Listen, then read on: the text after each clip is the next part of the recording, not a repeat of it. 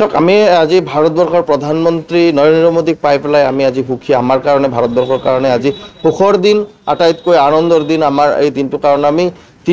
তিনিবাৰৰ কাৰণে ভাৰতবৰ্ষৰ প্ৰধানমন্ত্ৰী হিচাপে নৰেন্দ্ৰ মোদীক পাবলৈ আমি সক্ষম হৈছোঁ মই বিশেষ কাৰণত হয়তো এই শপত গ্ৰহণ অনুষ্ঠানত মই যাব পৰা নাই তাৰ কাৰণে মই নিজকে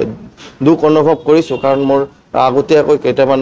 প্ৰগ্ৰাম আমাৰ ৰখা আছিলে তাৰ কাৰণে আমি হয়তো যাব পৰা নাই কিন্তু আজিৰ দিনটো ভাৰতবৰ্ষৰ এক ইতিহাস ৰচিবলৈ গৈ আছে আৰু ভাৰতবৰ্ষ আগন্তুক দিনত বহুত আগুৱাই যাব বুলি মই